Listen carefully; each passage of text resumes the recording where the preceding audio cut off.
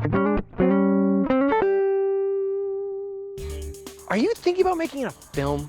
Because if you are, now's the time to start thinking about the media that you want to use.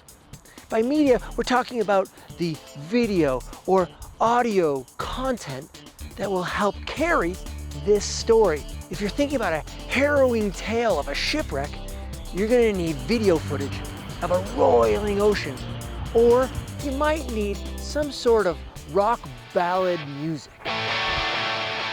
So why is it helpful for you to figure out what type of media you want to use in your film? First, it gets you to wrap your head around what style of film you're going to make. Is it a mystery, a horror, or a documentary? These different styles of film might use different types of media.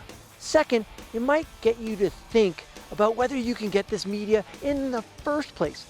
And if you can get this media, I'd go about getting the gear or the people that can help you get this done.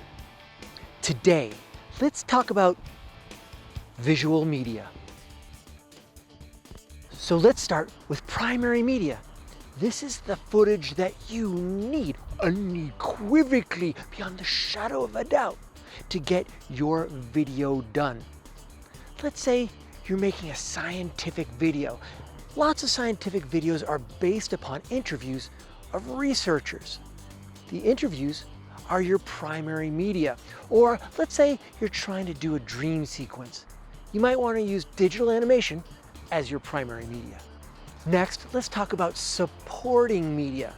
This does just that. It strengthens the message given by the primary media. For example, let's say you're interviewing a mountain climber that's gone to some of the highest mountains on the planet. You wouldn't have imagined the mountains that I saw, even with your wildest imagination. There's no way you could record what I saw. They're talking along, telling neat stories, but they're not painting vivid images of what these mountains are like. You want to show this to the audience. So as this interview is going along, you might want to cover the interview with a shot of the mountains to hear the voice of the interviewee, but show the mountains. This overlaid shot is called B-roll. You know what else you can do with B-roll? You can cover up mistakes. Yeah, no kidding. Let's say you're doing that interview with the mountaineer and they say something good. And then they go on to say something less than useful. And then they say something else that's good. You want to cut out that middle part. So there we were, high on the mountains, and the winds were blowing, mate, like crazy. Have you ever been in the wind in the cold with like snot coming out of your nose? This is what happens. Anyways, through the harsh conditions, we pressed on up to the summit.